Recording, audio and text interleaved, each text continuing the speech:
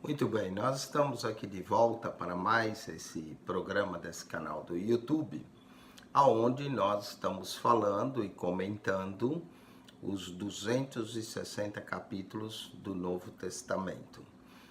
Para que você tenha um comentário tipo videoteca, aonde você pode consultar a hora que você quiser. Nós aconselhamos que você também assista os demais capítulos, a uma sequência que estamos falando no Evangelho de Mateus, e você vai ter todo o Evangelho de Mateus completo, depois Marcos, Lucas, João, e assim cada livro do Novo Testamento. Nós estamos dando então em continuidade, estamos agora em Mateus capítulo 23, esse Mateus capítulo 23 é um capítulo difícil de exortação, onde Jesus vai condenar os líderes religiosos da sua época, que foram os que se levantaram principalmente contra o ministério de Jesus e até mesmo contra João Batista, que era também sacerdote. João era filho de Zacarias, que era sacerdote em Jerusalém, e quando João começou a fazer o seu batismo no Rio Jordão, diz que as autoridades saíram de Jerusalém e foram até João. A razão que eles foram a João era porque João estava oferecendo um modo de purificação diferente de acessar o templo. Havia outras comunidades em Israel que faziam o mesmo, por exemplo, os essênios, eles também se isolaram do templo. Então eles foram até João para ver se João era o Messias. Mas de alguma forma eles não se converteram com o batismo de João.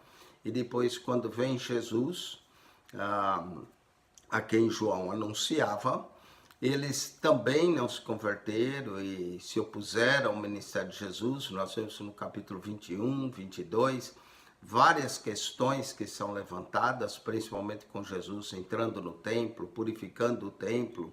Eles perguntam acerca da autoridade de Jesus, eles perguntam acerca da tributo. Os saduceus perguntam acerca da ressurreição dos mortos, enfim, são diversas questões que são levantadas com relação ao Mestre Jesus. E agora Jesus, então, vai pronunciar uma palavra de julgamento contra eles. Vamos então ler Mateus capítulo 23 e comentar esse capítulo sobre o que acontece aqui. Então falou Jesus à multidão e aos seus discípulos. Note que é interessante essa expressão, como Mateus começa, justamente semelhante um pouco com o Sermão do Monte, onde Jesus viu a multidão e falou aos seus discípulos, abrindo sua boca, ensinava. Aqui, Jesus falou à multidão, agora ele vai aconselhar a multidão e aos seus discípulos, dizendo: na cadeira de Moisés estão assentados escribas e fariseus. Note que está no plural, escribas e fariseus na cadeira. Aí pergunta se é uma cadeira ou são várias. Dentro das sinagogas, a cadeira reservada para os mestres da palavra era chamado tradicionalmente, na época de Jesus, de cadeira de Moisés. Então, como havia várias sinagogas espalhadas por Israel, então era possível, e é claro, e é óbvio que havia diversas cadeiras de Moisés. Então, cada cadeira na sinagoga reservada ao mestre que ensinava na sinagoga era chamada cadeira de Moisés, uma linguagem figurada, claro, ao que Moisés fazia e se assentava para ensinar o povo a lei de Deus. Então, Jesus vai dizer, na cadeira de Moisés estão assentados os escribas e fariseus. Note que, quando eu falei dos grupos de judeus que havia, eu disse que os fariseus eram responsáveis pelo ensino da lei, não é? Foi essa tradição farisaica que se manteve após a destruição do templo e eles se tornaram os famosos rabis, e que escrevem mais tarde o Talmud. Então, os fariseus e os escribas eram escritores ou copistas da Bíblia, que copiavam. Então, ao copiar, eles memorizavam as escrituras e, claro, sabiam muito bem as escrituras. Então, Jesus disse, na cadeira de Moisés estão assentados os escribas e fariseus. Observai, pois, e praticai tudo o que vos disserem. Interessante, Jesus está dizendo, quando eles fizerem a interpretação da lei de forma correta, vocês observam e procurem praticar tudo o que eles dizem. Mas aí Jesus diz, mas não procedais em conformidade com as suas obras, porque dizem e não praticam. Aqui está o primeiro problema deles. Eles falavam uma coisa, ensinavam e não praticavam. E é possível muitos líderes religiosos falar o que a Bíblia diz, não é? Mas praticar é outra história. E Tiago, escrevendo sua carta, ele diz, meus irmãos, não sejamos apenas ouvintes da palavra de Deus, mas acima de tudo praticantes.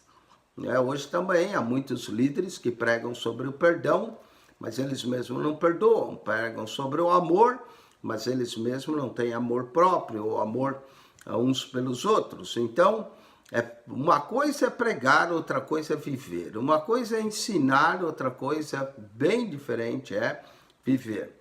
Nós devemos procurar, sim, claro, praticar tudo que a palavra de Deus diz. Eu costumo dizer que tem autoridade para pregar quem faz. Quem só fala e não pratica não tem autoridade nenhuma, não é?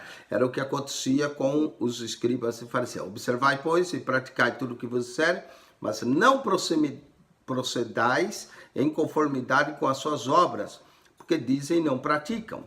Jesus vai dizer que eles atavam fardos pesados, pois atam fardos pesados e difíceis de suportar. Eles faziam uma interpretação estrita da lei, não é? E os põem sobre os ombros dos homens.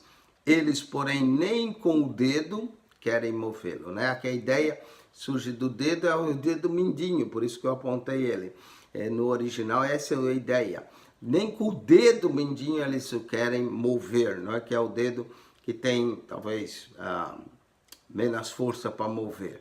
E fazem todas as obras a fim de serem vistos pelos homens. Ou seja, eles gostavam de ser vistos pelos homens, apreciados, prostragem largos filactérios. Era comum eles usarem filactérios, mas parece que escribas e fariseus, para se destacar do povo, eles ainda alargavam mais os filactérios e alajavam as franjas das suas vestes, tá vendo? Eles queriam parecer mais piedosos do que os outros. E Jesus tem um problema com gente assim, que quer parecer mais piedosa do que outras.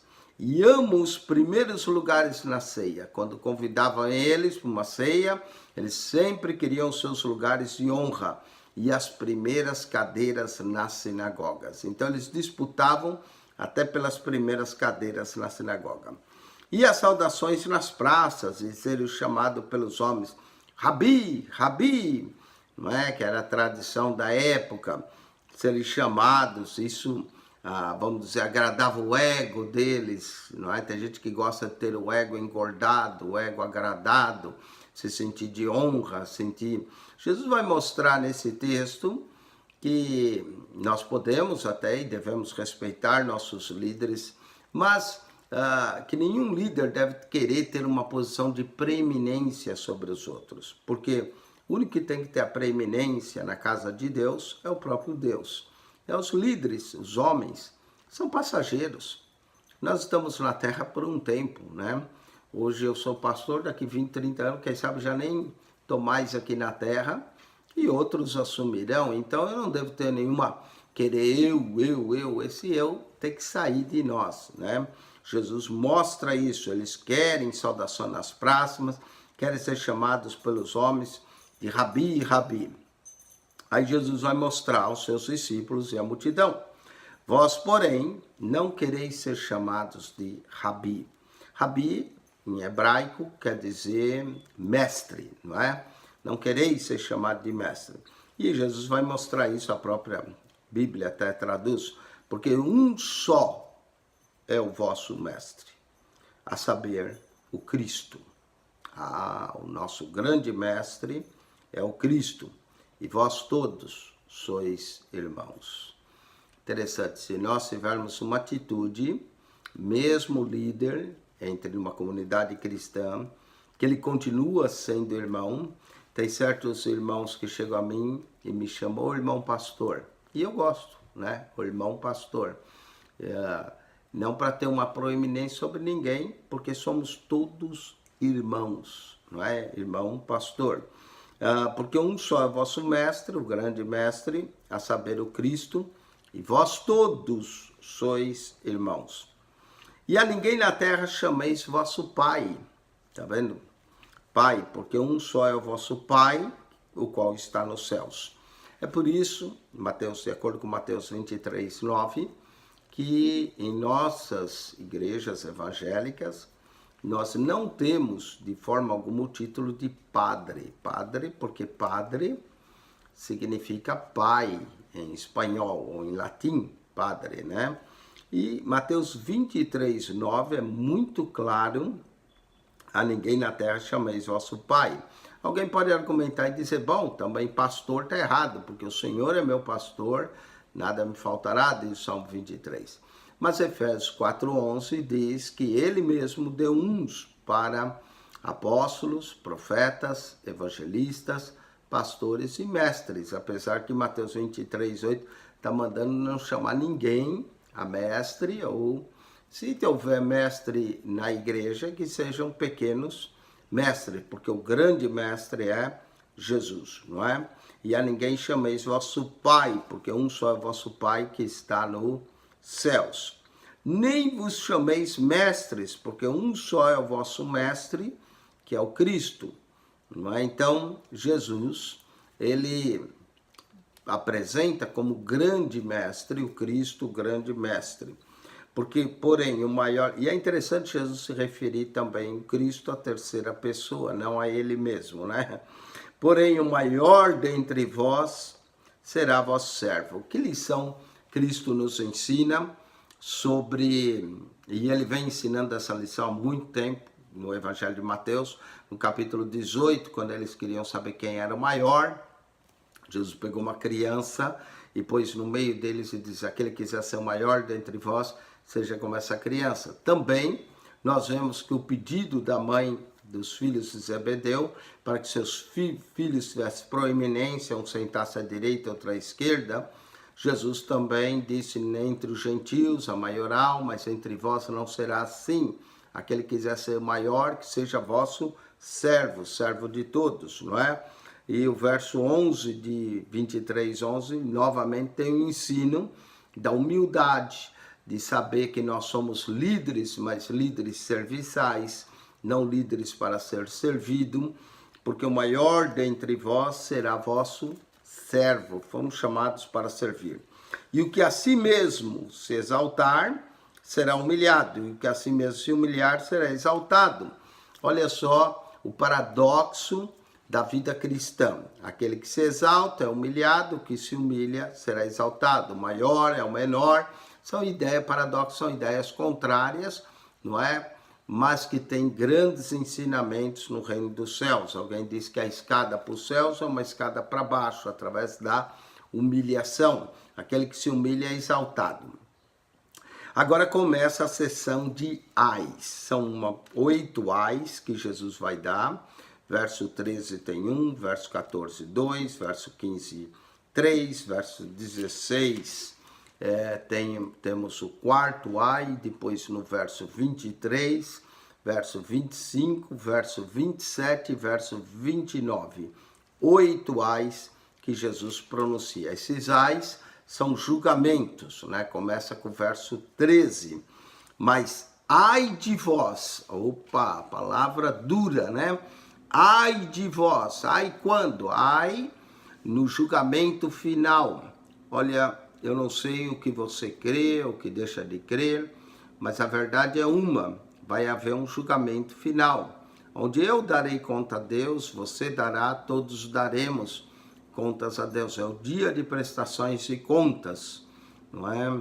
O que o crente em Cristo, de acordo com João, não passa por um julgamento condenatório, vai passar por um julgamento, um tribunal chamado Tribunal de Cristo, para recebimento de galardões. Alguns vão perder todo o galardão, contudo ainda serão salvos, não é?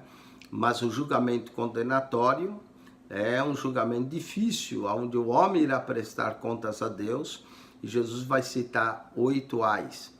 O principal problema dos escribas e fariseus está mencionado no capítulo 23, é a hipocrisia, é falar uma coisa e fazer outra. Isso é ser hipócrita. Nós temos que falar e procurar fazer o que falamos, principalmente a palavra de Deus. Ai de vós, escribas e fariseus hipócritas. Não é falar hipócritas. Uma vez um crente foi convidar uma pessoa não crente para vir à igreja, e ele disse: eu não vou à igreja. Por que você não vai? O crente perguntou. Porque a igreja está cheia de hipócritas. E o irmão falou: não há problema, sempre há lugar para mais um, pode vir, não é? Ai de vós, escribas e fariseus hipócritas, pois que fechais aos homens o reino dos céus, e nem vós entrais, nem deixais entrar os que estão entrando. Pergunta: como é que eles fechavam o reino dos céus?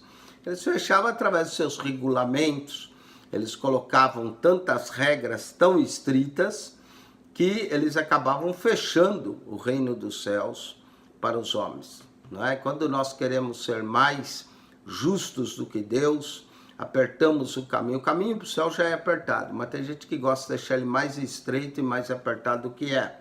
E aí a gente acaba até fechando o caminho para os homens, né?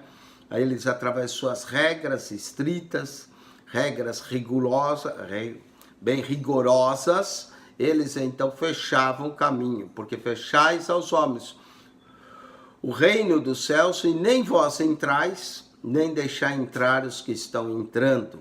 Irmão, nós temos que tomar muito cuidado para que nós não sejamos impedimento para ninguém entrar no reino dos céus, não é? Os hipócritas aqui são chamados por Jesus. Segundo ai de vós, escribas e fariseus hipócritas. A frase se repete, não é? Está reforçando. Pois que devorais as casas das viúvas, sobre pretexto de prolongadas orações, por isso sofrereis mais rigoroso juízo. Parece que quando uma mulher em Israel ficava viúva, eles iam lá com o pretexto de orar por ela, e acabavam ficando lá e, quem sabe, tomavam o pequeno almoço, o café da manhã, o almoço, a janta. E quer dizer, a viúva já estava chorando, porque tinha perdido o seu marido, provavelmente o seu sustento, que não era comum mulheres trabalhar naquela época, dependiam muito do marido. E esses escribas e fariseus iam lá para orar, e claro, e aproveitavam e já almoçavam, jantavam, ficavam lá com pretextos, longas orações, e acabavam devorando ainda mais a pobre viúva, que já tinha ficado pobre, não é, dependente, e eles terminavam de garantir que ela ia ficar mais pobre ainda, sendo que a religião verdadeira e pura, como Tiago diz, é cuidar das viúvas e dos órfãos em suas necessidades.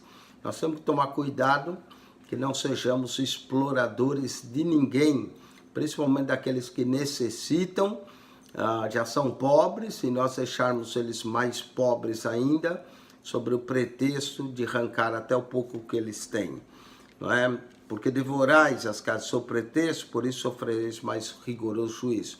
Outra coisa que nos mostra o verso 14 é que nós não devemos jamais usar a fé como algum pretexto para se aproveitar de pessoas, não é? Verso 14. Alguns hoje utilizam-se disso, e a palavra de Jesus continua: ai de vós, escribas e fariseus hipócritas, né? Na primeiro, no ai, nós temos por causa que eles eram tão restritos e rigorosos. No segundo ai, temos o aproveitar da fé das pessoas. Vamos para o terceiro ai. Ai de vós, escribas e fariseus hipócritas, pois que percorreis o mar e a terra para fazer um prosélito. Um prosélito era alguém seguidor do judaísmo. Era possível alguém se converter e observar os mandamentos e a lei de Moisés. E depois de o ter desfeito, o fazeis filho do inferno 2 vezes mais do que vós. Que expressão dura, não é? Filho do inferno. Nós notamos que o inferno também tem filho. Não é só os céus, ou só Deus que tem filhos, mas há muito filho do inferno. Filho do inferno é que já está caminhando para o inferno. Note que a pessoa que mais fala de inferno nos evangelhos é Jesus. Muita gente pensa que inferno é invenção de líderes religiosos. Não. O inferno, quem mais falou nos evangelhos é Jesus. Ele diz, fazeis o filho do inferno 2 vezes mais do que vós. Quer dizer, aqueles escribas e fariseus, pela sua forma de agirem, já eram filhos do inferno. Agora, ao fazer um prosélito, depois de o fazer, eles ainda o tornavam mais filho do inferno do que eles, 2 vezes mais. Não é? Ou seja, garantido mesmo que iam para o inferno, juntamente com os seus mestres. Então veja bem, o primeiro ai, Jesus repreende a rigorosidade. O segundo ai, Jesus repreende o falso pretexto de orar, a falsa piedade. Nesse terceiro ai, ele está repreendendo aqueles que querem fazer dos outros filho do inferno. Ai de vós, condutores cegos, agora mudou um pouco, né? A quarta expressão, isso é um paralelismo, repete, e na quarta vez muda um pouco, mas continua sendo paralelo. Ai de vós, condutores cegos, uau! Condutor cego, como é que alguém pode conduzir o outro sendo cego? Não é? Condutores cegos, porque dizeis, qualquer que jurar pelo templo, isso nada é, mas o que jurar pelo ouro do templo, esse é devedor. Que coisa terrível, que cegueira espiritual, achar que o ouro que era dado no templo valia mais do que o templo. Imagine só, eles diziam, algumas coisas eles eram bem soltos, outras coisas eles eram rigorosos. Por exemplo, eles eram soltos com relação, às vezes, até ao próprio templo aqui. Não é? Quem jurar pelo templo não tem nada. Eles eram soltos quanto a honrar pai e mãe. E se alguém, pela oferta do templo, então, esse sim era obrigado, né? Eles até diziam que era corbã, e ficava desobrigado de honrar pai e mãe. Aquele que jurar pelo templo, isso nada é, mas o que jurar pelo ouro do templo, esse é devedor. Que cegueira tremenda desses fariseus. Jesus vai chamar eles de condutores cegos, em Mateus 23, 16. Jesus também vai chamar eles de insensatos e cegos, em Mateus 23, 17. Em Mateus 23, 27, Jesus vai chamar eles de sepulcros caiados. Em Mateus 23, 33, Jesus vai chamar eles de serpentes. E ainda vai chamar eles de raça de víboras e hipócritas diversas vezes nesse termo, né? Então, Jesus dá 6 designações para eles: condutores cegos, insensatos e cegos, sepulcros caiados, serpentes, raça de víboras e hipócritas. Que coisa, né? É juízo mesmo sobre esses homens. Vamos lá. Insensatos e cegos, verso 17, conforme nós dissemos, pois qual é maior, o ouro ou o templo que santifica o ouro? Olha a pergunta de Jesus para ele, não é? Claro que o templo era maior do que o ouro do templo. O ouro era apenas uma oferta que era dada no templo, mas o templo era sinônimo do próprio presença do Eterno. E aquele que jurar pelo altar, isso nada é. Mas aquele que jurar pela oferta que está sobre o altar, esse é devedor. Aqui Jesus nos mostra o valor que eles davam às ofertas. Tem gente que é assim, a oferta para ele é o culto, não é? Claro que nós, toda vez que vamos adorar, devemos ofertar. Mas eu conheço igrejas por aí que camarada gasta 45 minutos pedindo a oferta, não é? E depois prega 20 minutos para o povo. Então, 45 minutos para explorar, para arrancar, para ver o quanto que tira mais. Olha, esses coitados, eu não quero estar nas sandálias ou nos pés ou nos sapatos deles no dia do juízo, porque Jesus é rigoroso quanto a isso, não é? sobre explorar a fé. E aquele que jurar pelo altar, isso nada é, mas aquele que jurar pela oferta que está sobre o altar, esse é devedor. Que coisa terrível, que cegueira espiritual isso para Jesus, não é? Porque o altar, o templo tem valores eternos, a oferta é temporária. Jesus de novo vai dizer, vocês insensatos e cegos, pois qual é maior, a oferta ou o altar que santifica a oferta? Portanto, que jurar pelo altar, jura por ele e por tudo que está sobre ele. E o que jurar pelo templo, jura por ele e por aquele que nele habita. É interessante, Jesus diz no Sermão do Monte, não jureis. Mas era comum, às vezes, os judeus fazerem certos juramentos. Juramentos eram como uma promessa, não é, de que aquilo era de fato verdadeiro ou que eles iriam cumprir aquilo, né?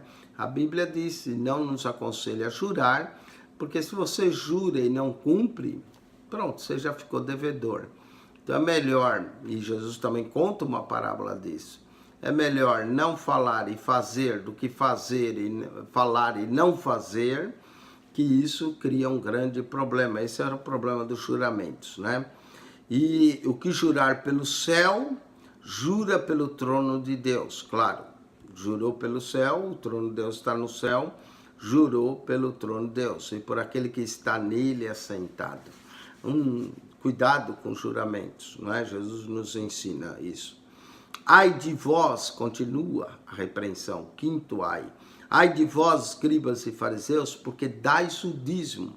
Não era ai deles pelo fato de dar o dízimo, Jesus vai explicar isso. O dízimo da hortelã, do endro e do cominho. Eles davam o dízimo até das ervas que eles plantavam. E aí ele diz, e desprezais o mais importante da lei. O que era o mais importante da lei? O juízo e a misericórdia e a fé. 3 coisas importantes da lei: juízo, a misericórdia e a fé. Não é? O fato de sermos julgados, o fato de pedirmos a Deus misericórdia e o fato de termos fé que Deus nos perdoa. Isso é o mais importante da lei. O justo viverá da fé. Já Abacuque 2,4 dizia isso, Paulo também se utiliza disso em suas cartas, mas o justo viverá da fé. Não é? Então, Romanos 1,17, Paulo fala isso. Utilizando, claro, referindo-se a Abacuque 2,4. Eles davam o dízimo da hortelã, do endro, do cominho, das menores ervas, hortaliças do campo. E desprezais o mais importante da lei. Ou seja, eles se apegavam a detalhes e perdiam o mais importante. Olha o perigo de nós ficarmos procurando, como eu digo, pelo em casca de ovo. Ou seja, não vai achar detalhes, esquece o mais importante. Juízo, misericórdia, fé, são valores maiores do que certas coisas, como dizimar a hortelã. Deveis, porém, fazer isso. Tem gente que acha que Jesus foi contra o deles dar o dízimo. Não, presta atenção, deveis, porém, fazer isso. Outra coisa, tem gente que diz, o Novo Testamento não fala dízimo. Meu amigo, você não está lendo Mateus 23, 23. Deixa eu te informar, Mateus 23, 23 é parte do Novo Testamento. Como é que o Novo Testamento não fala dízimo quando nós encontramos Jesus falando de dízimo? Alguém diz, mas ele falou numa conotação negativa. Não, ele falou na conotação negativa de eles dar o dízimo e não cumprir o mais importante, juízo, misericórdia e fé. Mas ele não proibiu dar dízimo, ele diz, deveis, porém, fazer essas coisas. O que é? Deveis, porém, fazer essas coisas. Fazer o quê? Dar o dízimo e não omitir aquelas, tá vendo? Ou seja, alguns até interpretam, bom, deveis fazer isso, é o juízo, a misericórdia e a fé. De qualquer jeito que você quiser interpretar, está correto, porque deveis fazer o quê? O juízo, a misericórdia e a fé, e não omitir aquelas, e não omitir o dízimo. Então Jesus não tirou o dízimo, nem aboliu o dízimo, quando ele mesmo diz que não vinha tirar ou abolir, não é? A lei, ou parte da lei, como alguém pensa. Jesus cumpriu toda a lei e Jesus não omitiu o dízimo, e Jesus fala de dízimo no Novo Testamento. Mateus 23, 23. Você também pode ler o livro de Hebreus, quantas vezes também é falado de dízimo no livro de Hebreus. Então, que dizer que o Novo Testamento não fala de dízimo é um erro de quem não conhece Bíblia, de quem não lê Bíblia e de quem tem suas próprias ideias, porque a Bíblia fala de dízimo e falou aqui de dízimo. O que é o dízimo? O dízimo é a 10ª parte de tudo aquilo que a pessoa ganha. Ela entende que 10% de tudo aquilo, ou 10ª parte de tudo aquilo, pertence a Deus. O dízimo tem a ver até com o decálogo, que são os 10 mandamentos. O dízimo tem a ver com o reconhecimento do Eterno como supridor de tudo. Não é? Deus podia pedir 90% e mandar você viver com o dízimo.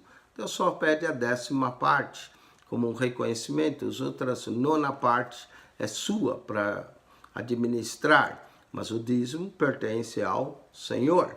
Não é? Então, gente que diz, não, o dízimo não tem Novo Testamento. Meu amigo, você não anda lendo Bíblia. Mateus 23, 23 é claro. Né? Jesus vai dizer, condutores cegos, como alguns continuam, quais um mosquito engolis um camelo. Tá vendo o problema de pegar um detalhe e perder o resto da Bíblia? Não é? Quais um mosquito engolis um camelo. Ai de vós, escribas e fariseus hipócritas, pois que limpais o exterior do copo e do prato, mas o exterior está cheio de rapina, de iniquidade. Jesus mostra que o exterior do homem, isso é uma linguagem figurada com relação ao próprio homem, não é? O copo limpava o exterior, limpava por fora o copo e dentro do copo ficava sujo. Né? O prato a mesma coisa, limpava também a parte de trás do prato, que ficava assim, como alguns pratos estão aqui, mas esquecia a parte interior do prato. Porque alguém diz, onde é que está a parte interior do prato? A parte onde se punha a comida, eles limpavam o lado de fora, onde se punha na mesa, esquecia de limpar a parte de dentro. E o interior está cheio de rapina e iniquidade. E isso é uma comparação, uma linguagem figurada com relação às pessoas. Parecem bonitas por fora, mas lá no interior está cheio de maldade, cheio de iniquidade, cheio de pensamento errado. Não é? Nós temos que limpar, a limpeza começa interior. E quem limpa o homem interiormente é o Espírito de Deus. É Ele que vem em nossa vida e vai tirando toda a rapina, toda a podridão de iniquidade. Fariseu cego, Jesus diz, limpa primeiro o interior do copo e do prato, para que o exterior fique limpo. Se começar a lavar pelo interior, o exterior vai ficar limpo, não é? Então, da mesma forma, a nossa vida começa lá no coração, começa de lá onde procede todos os pecados, a limpeza. Por isso que é o Espírito Santo que entrando na vida do homem é que pode limpá-lo. E aí vai limpando, até por fora já fica limpo.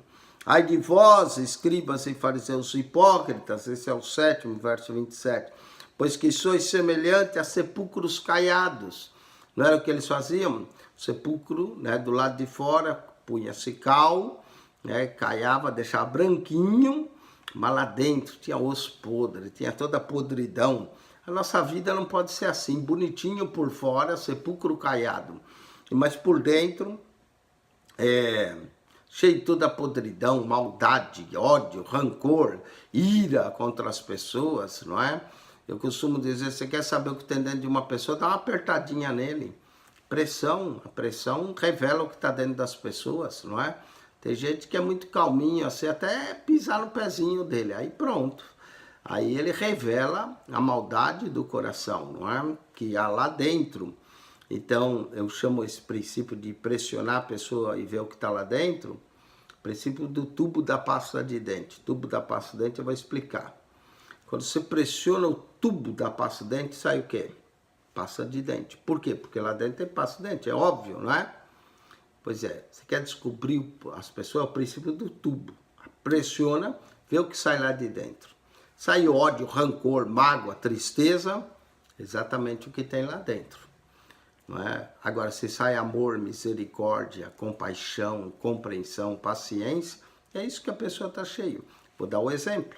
Jesus na cruz, pressionado, preso, as mãos com pregos, pés, sofrendo. O que saiu? Saiu o que tinha lá dentro, misericórdia. Não saiu o juízo. Aqui está saindo o juízo, mas não lá. na cruz, quando pressionou, Pai, perdoa-lhes, porque eles não sabem o que fazem. Olha só, pressionado, ainda roga perdão por aqueles que o estão matando. Por quê? Conforme pressionado, saiu o que tinha lá dentro. Misericórdia, amor, compaixão, era o que estava dentro de Cristo, não é? E o que está dentro, deixa eu apontar primeiro para mim, de mim e de você. O que está dentro de nós, quando nós pressionados? Será que nós temos compaixão, graça, que Deus possa transformar o nosso interior, para depois ser transformado o nosso exterior? Compaixão, graça, misericórdia deve estar dentro de cada um de nós, de mim e de você. Ó, apontando para mim primeiro, tá bem? Ai de vós, pois que sois semelhantes sepulcros caiados, que por fora parecem formosos, mas interiormente estão cheios de ossos, de mortos, de toda imundície. Assim também vós exteriormente pareceis justo aos homens, mas exteriormente está cheio de hipocrisia e de iniquidade.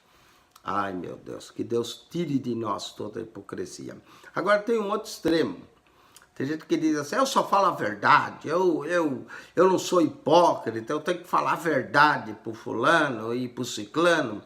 Não confunda falar a verdade com falta de educação, porque tem gente que é falta de educação e fala o que pensa, mas não quer ouvir, né? Porque quem fala o que pensa vai acabar ouvindo o que não quer.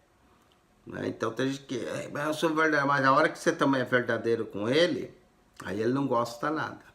Né? Eu conheço muita gente assim. Eu sou verdadeiro, eu falo a verdade, aí quando você fala as verdades para ele, acerca dele mesmo, ele não quer ouvir. E às vezes eu gosto de tratar essas pessoas do mesmo jeito que ela trata os outros. Porque para elas provar um pouco do próprio veneno delas, não é? Porque são venenosas. Não confunda ser verdadeiro com ser mal educado, com não ter educação e ofender as pessoas, ok? Nós temos que tomar esses dois cuidados. Temos que ser sim verdadeiros, temos que ser sinceros, mas não podemos ser mal educados. Até quando repreendemos alguém, a Bíblia nos ensina a repreender com espírito de mansidão.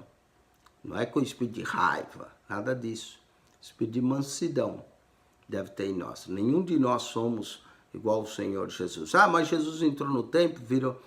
mas você não é Jesus nem eu. Ele sabia o que ele fazia e ele tinha um temperamento bem controlado.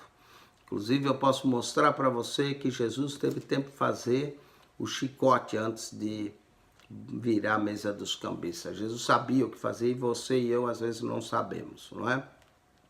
Quando nós ficamos raivosos, falamos o que não deveríamos falar. Jesus não era assim. Ai de vós, escribas e fariseus hipócritas, até para repreender ele é correto e sabe.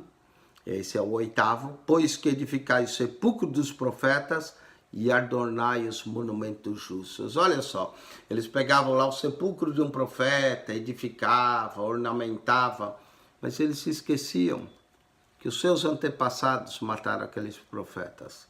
E dizei, olha só, e dizei, se existíssemos no tempo de nossos pais, nunca vos açonaria com ele para derramar o sangue dos profetas. Ai, meu Deus.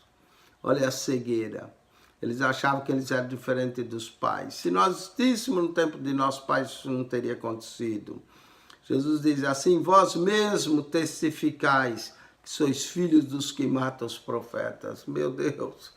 Eles, nossos pais erraram, mas nós não. Eles se testificavam com a própria boca que eles eram filhos dos que matavam os profetas, não é? Filhos de assassinos, essa que é a verdade. Matavam os profetas. Enchei, pois, a medida de vossos pais. Que coisa terrível, né? Fazer a mesma medida. Enchei, pois, a medida de vossos pais. É claro, aí Jesus vai mandar ver. Serpente, raça de víboras. Que coisa terrível. Que expressões que Jesus usa. Aí Jesus fala uma serpente, raça de víboras. Ele está quase concluindo o sermão. Como escapareis da condenação do inferno? Meu Deus. Já tinha chamado de filho do inferno antes. Agora ele está dizendo, como é que vocês vão escapar dessa condenação do inferno, agindo desse jeito, dessa forma? Portanto, eis que eu vos envio profetas, sábios e escribas. A um deles matareis e crucificareis, e a outros deles açoitareis na sua sinagoga, e os perseguireis cidade em cidade. Parece que Jesus estava se referindo ao trabalho que os seus discípulos iriam fazer, levando a eles o evangelho, mas eles iam fazer o quê? A uns eles iam matar, outros eles iam crucificar e outros eles iam perseguir, não é? Quando aqueles que iriam trazer a verdade do evangelho para ele. Para que sobre vós caia todo o sangue de justo que foi derramado sobre a terra, desde o sangue de Abel, o primeiro homem que foi morto, o sangue dele foi derramado na terra pelo próprio irmão Caim, o justo, até o sangue de Zacarias. Sangue de Zacarias, filho de Baraquias, que matais entre o santuário e o altar. Essa definição está em 2 Crônicas, no último capítulo de 2 Crônica, capítulo 20, né, que fala do 24, do verso 20 ao 22, fala da descrição da morte de Zacarias. Então, presta atenção, o cânon hebraico, ele é um pouco diferente do nosso. O nosso começa em Gênesis, termina em Malaquias. O cânon hebraico, a posição dos livros é um pouco diferente. Começa também em Gênesis, no caso Bereshit, é o primeiro livro, mas termina em 2 Crônicas. E em 2 Crônicas, a última pessoa que é morta é Zacarias, o profeta Zacarias, que tem um livro escrito Zacarias. Ele foi morto entre o templo e o altar, mas Zacarias foi morto, ou seja, no pátio do próprio templo, por eles. Entre o santuário e o altar, lá está Zacarias morto. Então, Abel foi o primeiro a morrer. Zacarias o último. Jesus diz que vai cair sobre aquela geração o sangue desde Abel. Veja bem, interessante, o sangue de Abel devia ser cobrado de Caim, e de fato vai ser cobrado de Caim. Mas o sangue de Abel até Zacarias, ou seja, todas as pessoas do Antigo Testamento. Inclusive tem gente que gosta de olhar isso para ver que Jesus encerrou o cânon do Antigo Testamento, mostrando de Gênesis até Crônicas, não é? 2 Crônicas, nossa Bíblia. Em hebraico só tem Crônicas. Então, o sangue de Zacarias, filho de Baraquias, que matasse entre o santuário e o altar. Ou seja, o sangue de todos os profetas, Isaías, todos que morreram, como o mar de Jeremias, e todos eles, o sangue deles seria o requerido daquela geração. Que coisa terrível. Como, aí Jesus diz, por isso que Jesus diz, como escapareis da condenação do inferno? Não tem como, só tem uma forma. Se arrepender, se jogar aos pés de Cristo, pedir misericórdia. Em verdade vos digo que todas essas coisas hão de vir sobre esta geração. Me pergunto muitas vezes qual é o julgamento mais severo que haverá, qual a geração, não é as nossas, nós também seremos julgados, mas a mais severa é a geração que viveu nos tempos de Jesus. Eu já vi muita gente dizer, eu queria tanto viver no tempo de Jesus, e eu mesmo já pensei isso, né? Depois de ler alguns versos aqui, falei, graças a Deus que eu não nasci naquela geração, porque eu poderia ser um dos seguidores de Jesus, mas eu poderia estar do lado daqueles que se opuseram a Jesus. Já pensou nisso? Se você vivesse no tempo de Jesus e você, em vez de estar do lado de Jesus, estava contra ele, estava junto com os outros, Maria vai com as outras, não é? E é a pior geração, será julgado, está aqui, ó, claro, em Mateus, que o julgamento mais severo, a geração que vai passar o julgamento mais severo, não é da Idade Média, não é os do Antigo Testamento, é a geração que viveu nos dias de Jesus. Por isso, a próxima vez que você fala queria viver nos dias de Jesus, pensa bem, porque você poderia ser um daqueles que fosse contra ele. Olha o julgamento como será severo. O sangue de Abel a Zacarias vai cair sobre aquela geração, não é? Vai vir sobre aquela geração. E tanto é a destruição do próprio templo veio sobre aquela geração. Aí ele vai dizer, e vai quase que preparar aqui acerca do julgamento do templo. Jerusalém, Jerusalém, toda vez que Deus fala duas vezes, ele está chamando a atenção. Aqui é a cidade de Jerusalém, né? Jerusalém, né? A cidade que deveria ser a cidade da paz, que é assim que se interpreta o nome de Salém, né? Jeru, a cidade de Deus, da paz, deveria ser, né, a cidade que Jerusalém, cidade que sofreu mais, sofreu destruição, sofreu juízo. Sabe que Jerusalém foi destruída 17 vezes. Nabucodonosor, por exemplo, no ano 586 entrou, colocou o templo que Salomão havia construído, templo glorioso, maravilhoso, colocou abaixo o templo de Salomão. Zorobabel começou a reconstrução. Herodes, para ganhar o favor dos judeus, fez uma reforma nesse tempo que já tinha 46 anos de reforma na época de Jesus, e depois que Jesus foi embora, a reforma ainda continuou no templo, ampliação, tudo. No ano 70, o general Tito veio, que era filho do imperador, e destruiu o templo e colocou abaixo o templo. Na época da invasão turca, na época das cruzadas, Jerusalém foi abaixo, Jerusalém foi abaixo. 17 vezes a cidade de Jerusalém foi abaixo, mas foi construída 18, por isso que ainda está em pé, né? Sempre uma vez a mais do que foi destruída. 17 vezes destruída, 18 vezes reconstruída. Jerusalém, Jerusalém, que mata os profetas. Onde é que Jesus foi morto? Cidade de Jerusalém. Que mata os profetas e apedreja os que te são enviados. Onde é que Estevão foi apedrejado? Jerusalém. O primeiro mártir da igreja, Atos capítulo 7, apedrejado. Aonde? Cidade de Jerusalém. Aonde o Cristo foi crucificado? Cidade de Jerusalém. Cidade santa, mas que mata tudo que é profeta, não é? De acordo com Jerônimo, tradutor da Bíblia, para a Vulgata Latina, Jerônimo considerava não Jerusalém a cidade mais santa do mundo, mas Belém, que fica bem próximo, porque em Belém nasceu o rei Davi, em Belém nasceu o Cristo. Então, para ele, a cidade mais santa do mundo era Belém. Jerusalém, que é considerada a cidade santa, mata os profetas, apedreja os que te são enviados. Quantas vezes quis eu ajuntar os teus filhos, como a galinha ajunta os seus pintos debaixo da asa, e tu não quisesses. Deixa eu parar um pouco. A galinha, normalmente ela protege, né, os seus pintinhos debaixo das asas. E é interessante isso de lembrar a expressão do Salmo 91, né? Aquele que habita sob o esconderijo do Altíssimo, a sombra do Onipotente descansará. Direi do Senhor, Ele é o meu Deus, o meu escudo, a minha fortaleza, nele confiarei e estará seguro debaixo de suas asas, não é? Então, 91:4 fala das asas. Asas quer dizer proteção, né? Deus guardar a proteção.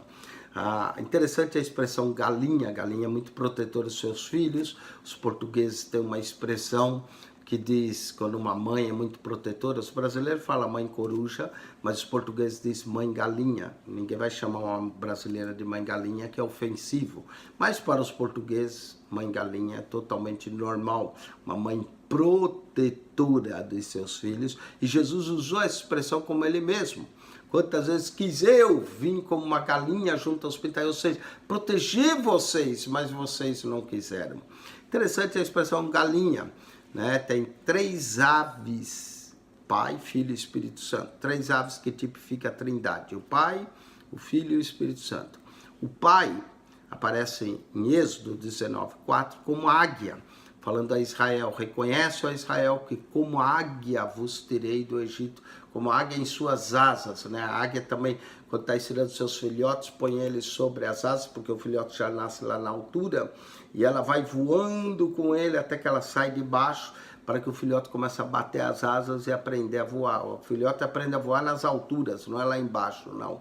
Então, Deus reconhece como uma águia, ele pôs sobre Israel, sobre suas asas exteriores. Então, o pai é representado por uma águia. O filho aqui é representado por uma galinha. E o Espírito Santo, em Mateus 3, vem em forma corpórea de pomba. A águia, a galinha e a pomba. As três aves que representam a Trindade. A águia é o pai, a galinha é o filho e o Espírito Santo, a pomba. Interessante, não é? Quando Noé também soltou uma ave, primeiro soltou um corvo, aí o corvo foi embora, né? Mas depois ele solta uma pomba, um exemplo do Espírito, né? Lembra o Espírito? Presta atenção. A águia é o pai, a galinha é o filho, a pomba é o Espírito. Interessante notar isso nas Escrituras, não é? Como a galinha que ajunta os seus pintos debaixo das asas, então não quisesse. Eis que a vossa casa vos ficará deserta. Uau, Jesus está predizendo novamente a destruição da cidade de Jerusalém. A vossa casa, vocês aí que vivem em Jerusalém, vai ficar deserta. Ele está predizendo. Porque eu vos digo que desde agora não me vereis mais. Jesus está falando da sua partida, da sua morte, crucificação. Porque desde agora de que não me vereis mais, imagine só Jesus. O que nós cremos em Jesus é que ele era a encarnação do próprio Deus na terra. Na cidade de Jerusalém, Deus visitou Jesus e disse, vocês não conheceram o tempo da vossa visitação. Deus visitou a terra na pessoa bendita, tomou a forma humana de Jesus, né? E ele agora diz, eu que vos digo que não me vereis mais, até que digais, bendito o que vem em nome do Senhor. É engraçado, na entrada triunfal, eles pegaram ramos, Hosana, bendito o que vem em nome do Senhor. Jesus disse, vocês não vão me ver mais, até que vocês me reconheçam. Uau! Bendito que vem em nome do Senhor. E aí, nós vamos continuar 24 e 25. Muita gente diz que o Sermão do Monte, ou sermão profético de Jesus, Mateus 24 e 25. Mas muitos intérpretes da Bíblia, e eu também ao estudar as Escrituras, incluo o capítulo 23 como, vamos dizer, uma introdução do sermão profético de Jesus, que nós vamos ver em Mateus 24 e 25. Então começa, na verdade, no capítulo 23, porque é uma preparação para o que vai acontecer no capítulo 24. Se você não quer perder o próximo capítulo, que nós estaremos explicando, capítulo 24 e 25, o sermão profético, também chamado de pequeno apocalipse de Mateus. Quem esteve convosco para mais esse capítulo do Novo Testamento, pastor Eugênio Piacentini. Que a graça de nosso Senhor e Salvador Jesus seja contigo.